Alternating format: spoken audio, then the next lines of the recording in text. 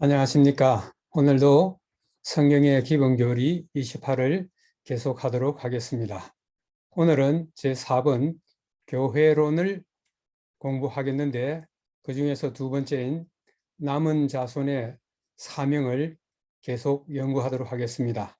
지난 시간에 이어서 우리는 지난 시간에 계시록 12장, 계시록 13장을 이미 공부했고 오늘은 계시록 14장을 중심으로 한 세 천사의 기별에 대해서 연구하도록 하겠습니다.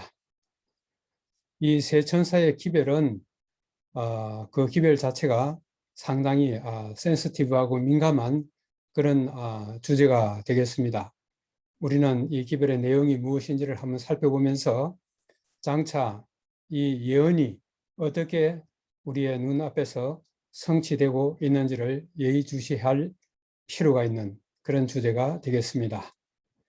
자, 여기에 오늘 세 천사의 기별인데 세 천사는 또 누구를 상징하는 것인지를 먼저 한번 살펴보도록 하겠습니다. 계시록 14장의 세 천사들은 하나님의 기별들을 받아들이고 땅 사방의 경고의 소리를 바라기 위해 나아가는 백성을 상징한다. 우리가 지난 시간에 계시록을 통해서 그곳에 나타난 여러 것들이 실제적인 것보다도 상징적인 것들인 것을 이미 공부했습니다. 마찬가지로 오늘도 이 천사들은 실제적인 천사가 아니라 바로 그들은 하나님의 백성들로서 복음을 가지고 나가는 하나님의 백성을 상징하는 것으로 여기에 말씀하고 있습니다. 이 세 천사의 기별 목적은 백성이 예수 그리스도의 재림을 준비하도록 하기 위해 첫째, 둘째, 그리고 셋째 천사의 기별을 보내셨다.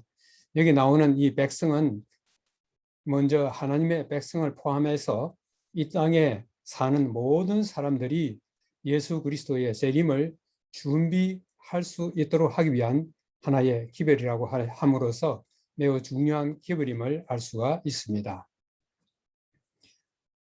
오늘은 계시록 14장인데 지난 시간에 우리가 공부한 계시록 13장의 내용과 서로 비교하면서 잠시 생각해 보도록 하겠습니다.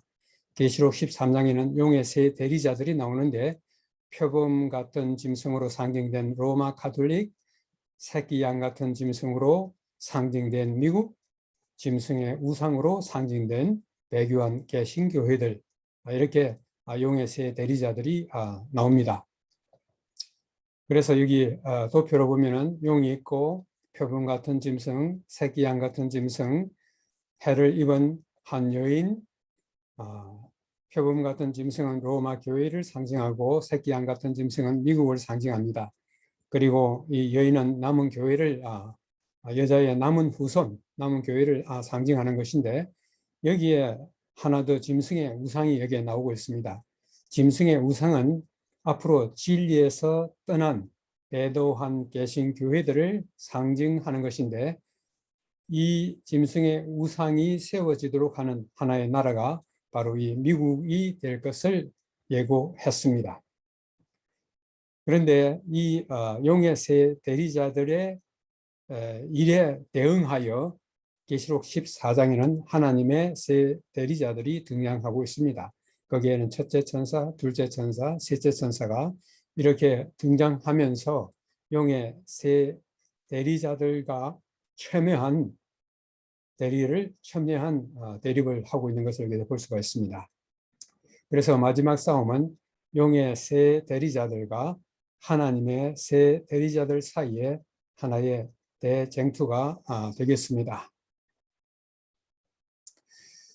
세 천사의 기별의 시기는 우선 첫째와 둘째 천사의 기별은 1843년과 1844년에 선포되었고 우리는 지금 셋째 천사의 기별이 선포되고 있는 데에 살고 있다. 그러나 이 세 기별은 여전히 선포되어야 한다. 특히 첫째와 둘째 천사의 기별이 1843년과 1844년 이 시기에 첫째와 둘째가 선포되었다고 하는 것입니다. 이때는 우리가 이미 알고 있는 것처럼 윌리엄 밀러와 또 그 운동에 가담한 사람들이 예수 그리스도의 재림을 선포하던 바로 그 시기인 것입니다. 그런데 지금 우리는 셋째 천사의 기별이 선포되고 있는 이 시기에 살고 있지만은 세 천사는 서로 유기적인 관계를 갖고 있기 때문에 이 세 천사의 기별은 지금도 여전히 선포되어야 할 것을 지금 말씀하고 있습니다. 자, 여기에 지금까지 이야기했던 것을 하나로 좀 더 묶어서 보여드린다면 바로 이와 같습니다. 1843년과 1844년에 있었던 재림 운동의 핵심은 어떤 것이었는가? 처음에 윌리엄 밀러가 성경을 연구하는 가운데 다니엘 8장 14절에서 2300주야의 예언을 연구하는 가운데 바로 이 시기에 1843년과 1844년 이 시기에 예수께서 재림하실 것으로 그렇게 믿고 있었습니다. 그렇지만은 그때 일어날 사건에 대한 그들의 오해로 인하여 그들이 큰 실망을 하게 되었지만 그것으로 끝나지 아니하고 그들은 마침내 예수 그리스도께서 이 땅으로 오시는 것이 아니라 하늘 성소에 둘째 칸인 지성소로 들어갔다는 사실을 알게 되었습니다. 그런데 지금 셋째 천사의 기별이 증거되고 있는 지금은 반대로 하늘 성소에서 우리를 위하여 중보 사역을 하고 계시는 예수 그리스도의 하늘 지성소 봉사가 끝나게 되면은 예수께서 다시 재림하실 것을 말하는 바로 그것이 1843년과 1844년 다시 말하면 윌리엄 밀러 시대의 그 재림운동의 핵심과 지금 우리 시대의 재림운동의 핵심이 서로 이렇게 뒤바꿔진 것을 볼 수가 있습니다. 오늘 우리는 계시록 14장에 나타난 세 천사의 기별을 갖다 우리가 연구하고 있기 때문에 14장의 구조를 한번 살펴볼 필요가 있습니다. 1절에서부터 5절까지는 14만 4천 년에 대한 이야기가 나오는데 이것은 구원받은 하나님의 백성을 상징하는 것입니다. 그 다음에 6절부터 12절은 오늘 우리가 연구할 세 천사의 기별이 나오고 있고 그 다음에 13절부터 20절까지는 두 종류의 추수, 곧 심판이 있을 것을 이야기하고 있습니다. 세 천사의 기별에 대하여서 거기에 대하여 어떤 반응을 하느냐에 따라서 두 종류의 추수에 참여하게 될 것입니다. 알곡 추수에 참여해서 하늘 곳간에 들어지든지 포도 추수에 참여해서 심판을 받게 되든지 이런 하나의 이 구조가 지금 이 계시록 14장에 이렇게 나타나 있습니다. 그렇다면 이제 첫째 천사부터 시작해가지고 차근차근 연구해 보도록 하겠습니다. 또 보니 다른 천사가 공중에 날아가는데 땅에 거주하는 자들 곧 모든 민족과 종족과 방언과 백성에게 전할 영원한 복음을 가졌더라. 첫째 천사의 기별이 계시록 14장 6절과 7절에 나오는데 이 6절에서 우리는 세 가지의 그 요점을 볼 수가 있습니다. 천사가 첫째는 공중에 날아가는 거고 두 번째는 날아가면서 그 전할 기별의 대상이 땅에 거주하는 자들 곧 모든 민족, 종족, 방언, 백성에게 그 다음에 그들이 전할 이 내용이 선포할 그 내용이 영원한 복음이라고 하는 것입니다. 이것을 차근차근 한번 살펴보도록 하겠습니다. 또 보니 다른 천사가 공중에 날아가는데 여기에서 공중에 날아간다 하는 이 말은 무엇을 의미하는지를 한번 살펴보도록 하겠습니다. 천사들이 공중을 날아간다는 것은 재림 운동의 신속성을 상징하는 것이다. 1차적으로 윌리엄 밀러와 그가 전한 기별에 동참한 그 당시의 사람들이 각 교회들에서 초교파적으로 나와가지고 그 기별을 갖다가 아주 신속하게 전파했는데 미국을 중심으로 해서 그 다음에는 유럽 전역에 이 기별이 신속하게 전파된 것을 이야기하고 있습니다. 그 다음에 2차적으로는 오늘날 우리가 사는 이 시대에 이 기별이 천천히 느슨하게 전해질 것이 아니라 아주 신속하게 온 땅에 전파되어서 곧 이 기별이 끝날 것을 여기서 이미 예고하고 있습니다. 그 다음에 또 보니 다른 천사가 공중에 날아가는데 땅에 거주하는 자들 곧 모든 민족과 종족과 방언과 백성 이 기별을 받게 될 사람들이 그 대상은 온 땅에 있는 모든 사람입니다.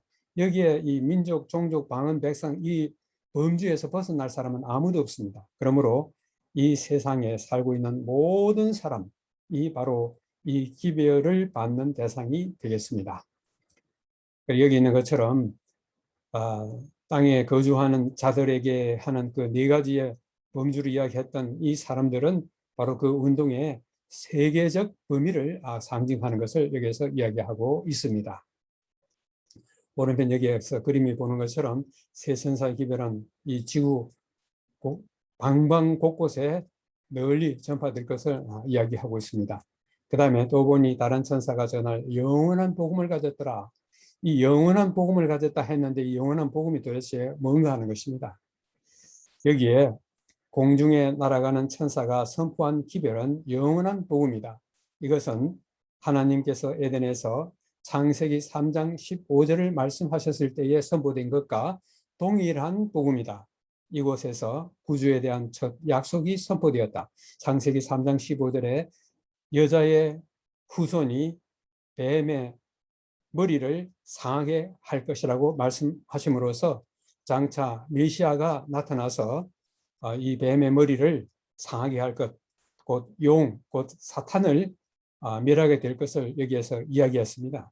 그래서 여기에 에덴 동산에서 이 최초로 메시아에 대한 그 약속이 선포되었는데 그것이 영원한 복음의 시작이고 그 다음에는 이 복음이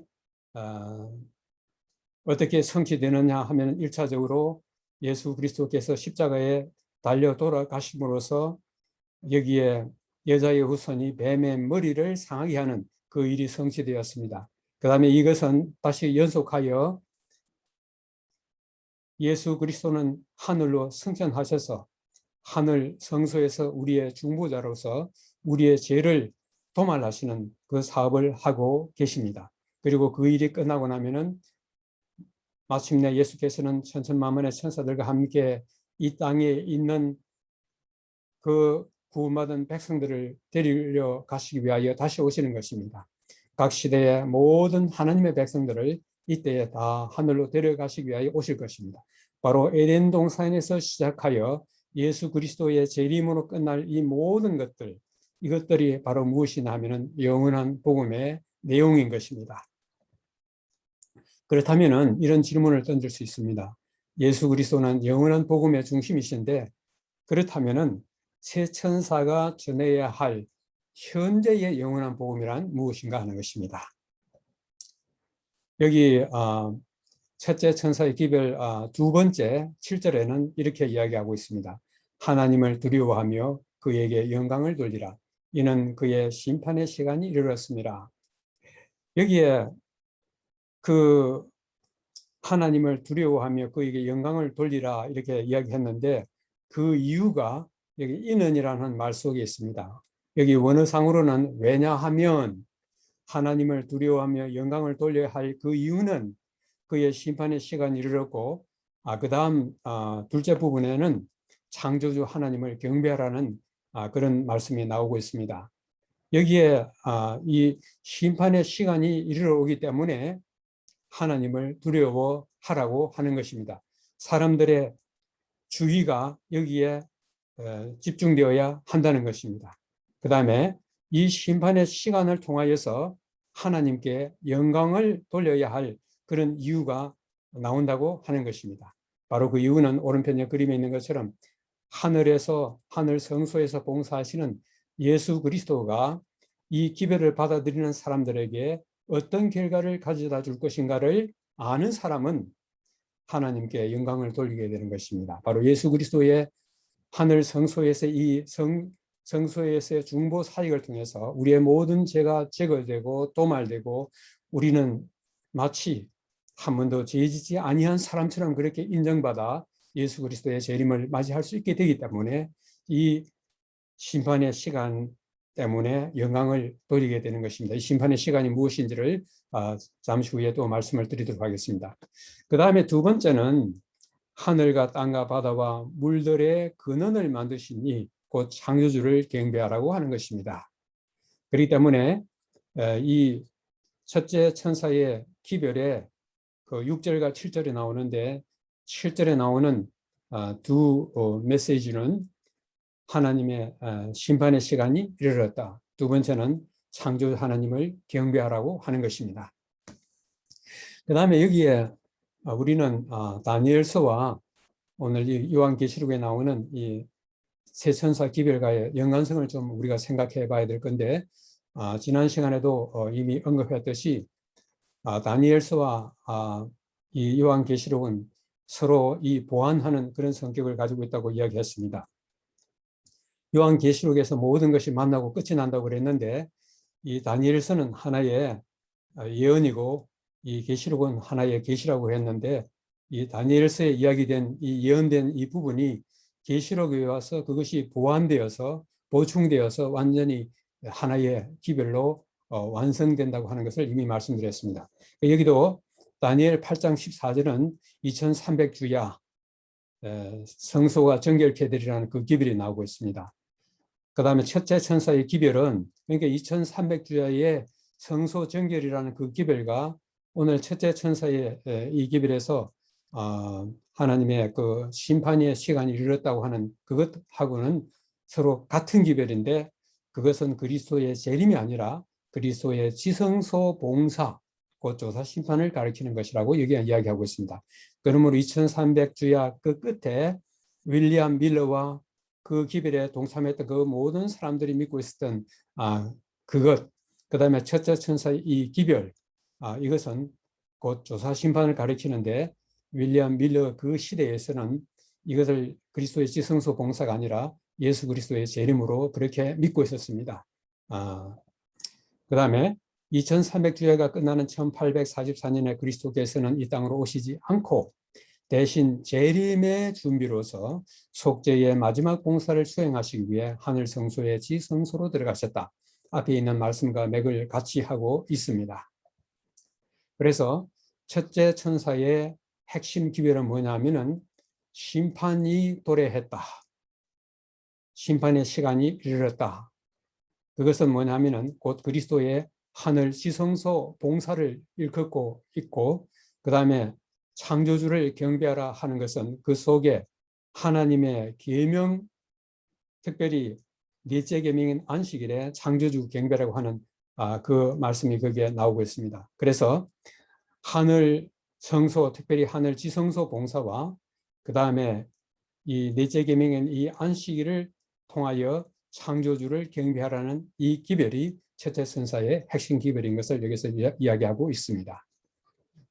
그 다음에 지금 현재 이야기되고 있는 이 기별과 우리가 이 기별을 더 잘 이해하기 위해서는 계시록 13장과 14장의 그 내용을 서로 비교해야 할 필요가 있는 것입니다.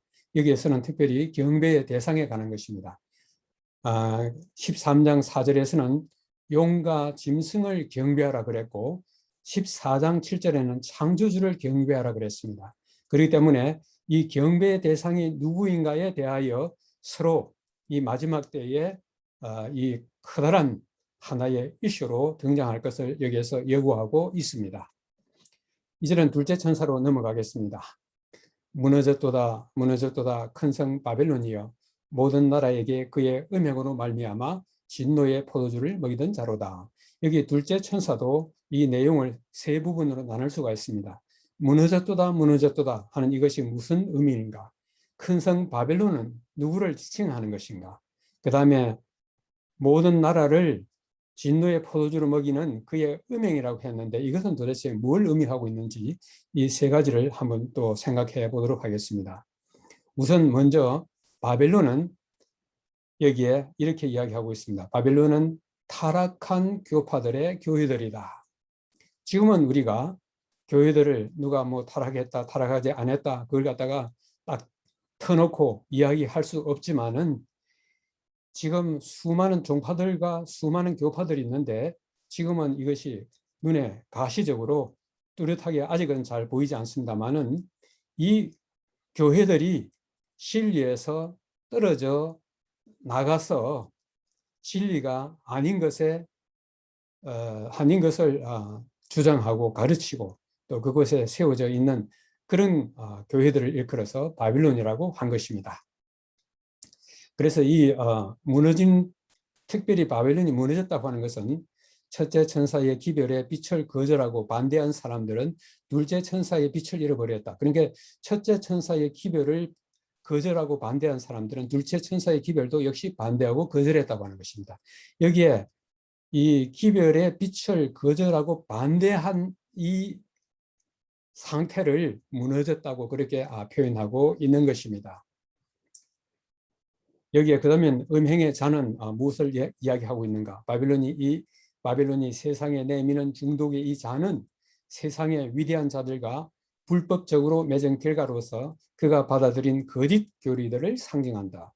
세상과 짝함으로써 그의 믿음이 부패되고 이리하여 성경의 가장 명료한 말씀들과 반대되는 교리들을 세상에 가르침으로써 세상을 부패시키는 그의 영향력을 발휘한다. 곧 음행의 자는 다른 말로 하면 거짓 교리들을 상징하는 것입니다. 특별히 이것이 어떻게 거짓 교리들이 생겨났냐 하면은 바벨론이 세상의 위대한 자들과 불법적으로 맺은 결과, 곧 이 세상의 위대한 자들은 누구겠습니까? 위대한 정치가들도 있을 거고 위대한 학자들, 위대한 과학자들, 이 사람들이 말하는 것을 성경의 가장 명료한 말씀들보다 더 높이고 더 그것을 신뢰해서 그 결과로서 만들어진 거짓 교리들을 상징하는 것이고 그 교리들을 가지고 세상을 가르치는 그것을 음행의 잔으로 세상을 먹여서 진노의 잔으로 만들었다고 하는 것입니다. 그 다음에 이 바벨론의 목표는 무엇이냐? 바벨론으로 대표된 교회들은 그들의 영적 상태에서 무너져 하나님의 계명과 예수 그리스도의 증거를 가진 자들을 핍박하는 세력으로 상징되어 있다. 그러므로 장차 진리에서 떠난 이 바벨론이 그들의 목표는 하나님의 계명과 예수 그리스도의 증거를 가진 자들을 핍박하는 세력이 될 것을 여기서 예고하고 있습니다. 그 다음에 이때에 여기에 바벨론을 떠난 사람들이 나옵니다. 이것은 윌리엄 밀러의 기별을 들었던 그 당시의 사람들도 그들이 속했던 교회에서 떠난 그런 하나의 1차적인 내용이 나오고 있고, 그 다음에 오늘날 이 마지막 시대에 또 그런 일이 있을 것을 여기에서 예고하고 있습니다. 교회들이 첫째 천사의 기별을 받기를 거절하였을 때 그들은 하늘로부터 온 빛을 거절하였다. 바벨론이 무너졌다는 기별을 받아들이는 사람들은, 다시 말하면은 이 바벨론이 그 당시에 전해졌던 하늘로부터 온 그 기별을 거절함으로써 무너져 내리게 되었습니다. 그때에 이 사실을 하나님의 기별의 이 진정성을 받아들였던 사람들은 그들이 속해 있던 그 교회에서 떠나게 되었습니다. 그래서 윌리엄 밀러가 재림 기별을 전파할 때에 그때 그 기별에 동참한 사람들, 그리고 그 기별을 온 세상, 그 당시의 세상에 전파한 사람들은 그들이 속했던 교회에서 떠나온 사람들이었습니다. 그런데 여기서 둘째 천사와 1844년은 조금 전에 말씀드렸고, 이제 셋째 천사와 계시록 18장 4절과 어떤 관계가 있는가 하는 것입니다. 계시록 18장 4절에 내 백성아 바벨론에서 나오라는 이 기별은 밤중 소리, 이것은 마태복음 25장에 열 처녀 비유가 나오는데 거기에 그 슬기로운 5처녀는 신랑과 함께 이 잔치 자리에 들어갔습니다. 이것은 바로 예수님의 하늘 지성소로 들어가는 사건임을 이미 그것은 가리키고 있습니다. 그래서 1844년에 둘째 천사의 이 기별은 바로 예수 그리스도께서 하늘 성소의 둘째 칸인 지성소에 들어가셔서 그분의 마지막 중보 사역을 하실 것을 그래서 예고하고 있습니다. 그런데 셋째 천사의 기별이 선포될 때는 계시록 18장 4절의 사건이 일어난다고 하는 것입니다. 그 사건은 뭐냐면은 내 백성아 바빌론에서 나오라. 지금 개신교회들에 속해 있는 그곳에 하나님의 참된 백성들이 많이 있습니다. 그들은 이 기별을 온전히 아직까지 깨닫지 못하고 있다가 늦은비 성령의 큰 외침의 소리를 듣고 이제는 이 빛의 진정성을 깨닫고 그들이 속해 있던 교회에서 나오는 그 교회들을 떠나는 하나의 사건, 윌리엄 밀러 시대도 그랬듯이 바로 이 마지막 시대에도 그런 일들이 있을 것을 내 백성아 바빌론에서 나오라고 하는 이런 기별로 이야기하고 있습니다. 그래서 이것을 도표로 요약하면 둘째 천사와 1844년, 셋째 천사와 계시록 18장 4절 내 백성아 바빌론에서 나오라 하는 이 말씀으로서 하나님께서는 그들이 현재 어디에 속해 있든지 그들이 이 진리 가운데로 나와서 하나님의 구원의 대열에 참여하라는 이 기별을 밀러 시대나 그 이후 시대나 지금이나 여전히 똑같이 그 기별을 똑같은 기별을 선포하고 있는 것을 여기서 볼 수가 있습니다. 그래서 계시록 18장 이것을 2절과 4절 우리는 넷째 천사라고 그렇게 표현하기도 합니다. 무너졌도다 무너졌도다 큰 성 바벨론이여 귀신의 처소와 각종 더러운 영이 모이는 곳이 되었도다. 내 백성아 거기서 나와 그의 죄에 참여하지 말고 그가 받을 재앙을 받지 말라.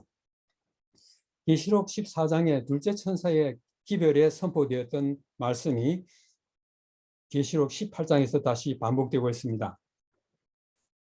무너졌도다 무너졌도다 큰 성 바벨론이여 하는데 하나 뭐가 첨가되었습니다. 귀신의 처소와 각종 더러운 영이 모이는 곳으로 이렇게 이 큰 성 바벨론이 이런 곳으로 이야기하고 있습니다. 우리는 지난 시간에 이 새끼 양 같은 짐승으로 표상된 이 미국을 중심으로 큰 이적들, 심지어는 불이 하늘에서 내려오는 이런 큰 이적들을 베풀어서 그 다음에 온 땅에 있는 백성들을 미혹한다고 그렇게 이야기했습니다. 이 이적을 행할 때에 어떤 것을 통해서 이적을 행하는가? 우리는 흔히 그 마술사들이 우리 눈으로 도무지 믿을 수 없는 그런 이적들 행하는 걸 볼 수가 있습니다.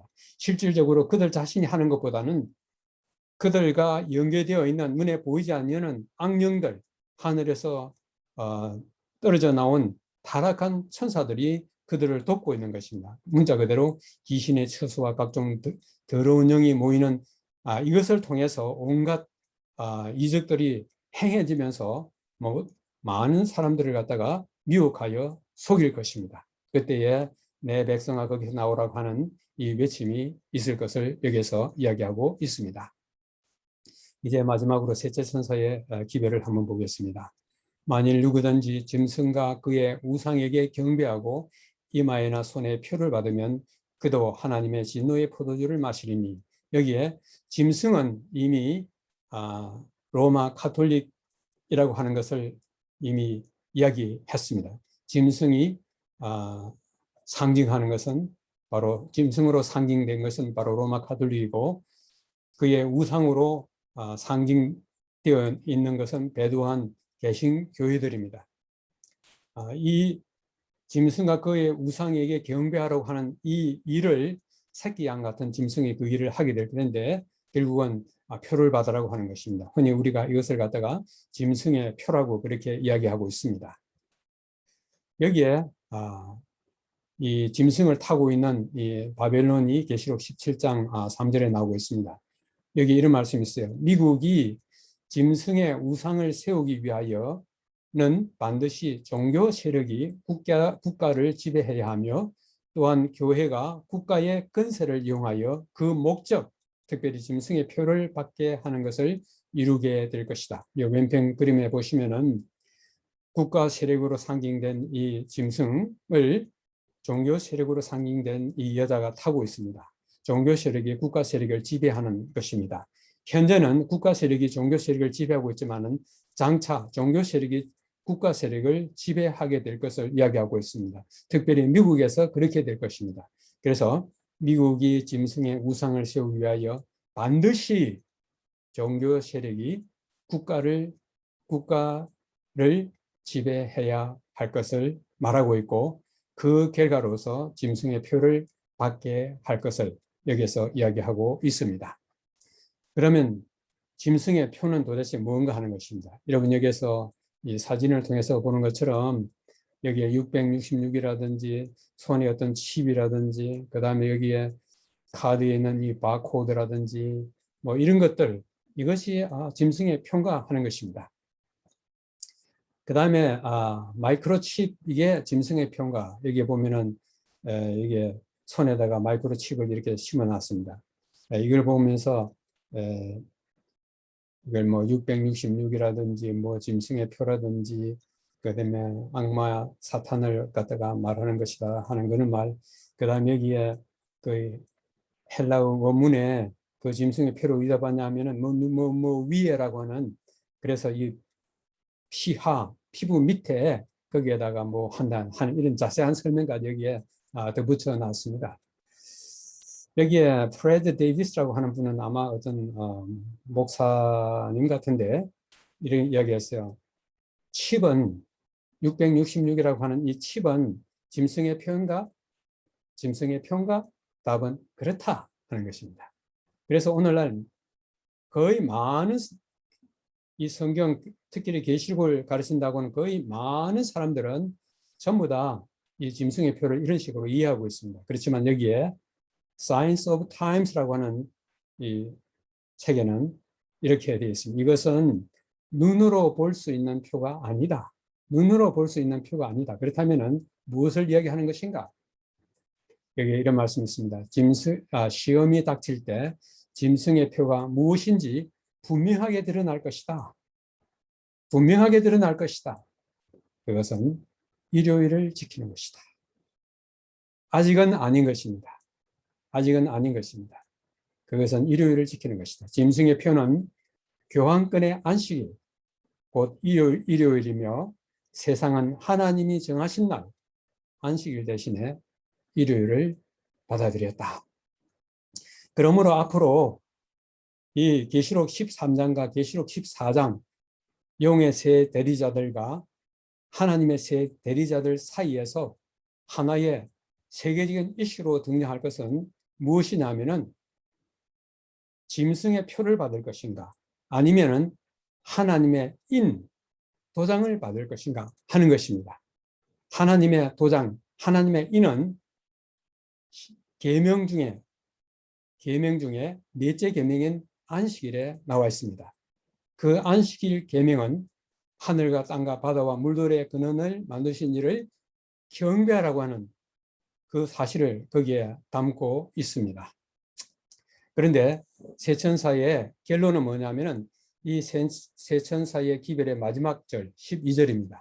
거기에 어떻게 되어 있냐면은 성도들의 인내가 여기 있나니 그들은 하나님의 계명과 예수에 대한 믿음을 지키는 자니라.